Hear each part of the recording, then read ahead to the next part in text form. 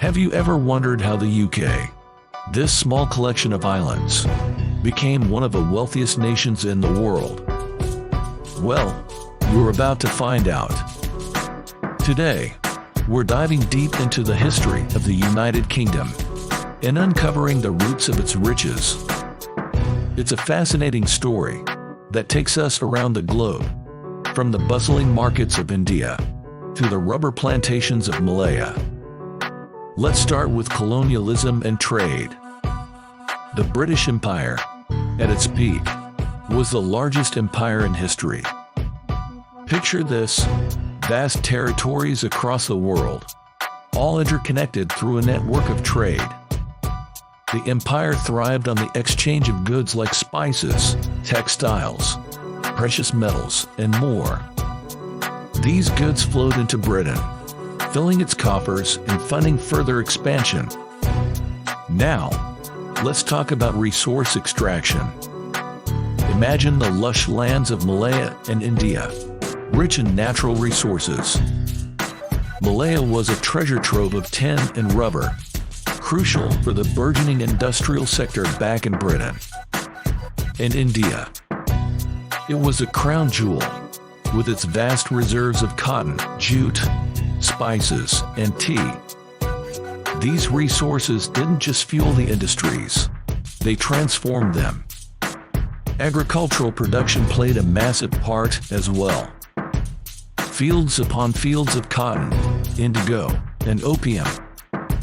These weren't just crops, they were the backbone of the British economy, in high demand back home.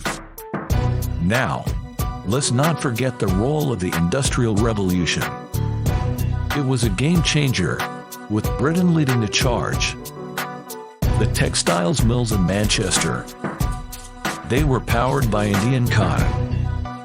The colonies didn't just supply raw materials, they served as markets for the finished goods. It was a cycle that catapulted Britain to the forefront of the global economy. Financial services came next. The City of London turned into a global financial hub. Money flowed from the colonies into British banks, spurring further economic growth. Think of it as the engine room powering the British economy. Infrastructure and development were crucial, too. Railways, ports, telecommunication networks. These were built across the colonies, binding them closer to the motherland. In Malaya, railways were the lifelines for the tin and rubber industries. In India, the vast railway network served both the colonial economy and the local populace. It was infrastructure with a dual purpose: profit and control. Human capital and innovation cannot be overlooked. The skills and knowledge that flowed from the colonies boosted Britain's scientific and industrial prowess. These contributions were vital in keeping the UK at the cutting edge of global innovation. Lastly, let's talk about the legacy of institutions and governance. The British left behind systems of governance and law that, in many places, laid the groundwork for future economic development. Common law has now been recognized by many countries. It's a complex legacy, with both positive and negative outcomes. Now, I want you to think about all we've discussed. Reflect on how these historical factors interlink and weave the rich fabric of today's UK economy. And whether can the UK sustain its richness, especially in current economic uncertainties. India has gained its independence, and so did Malaya.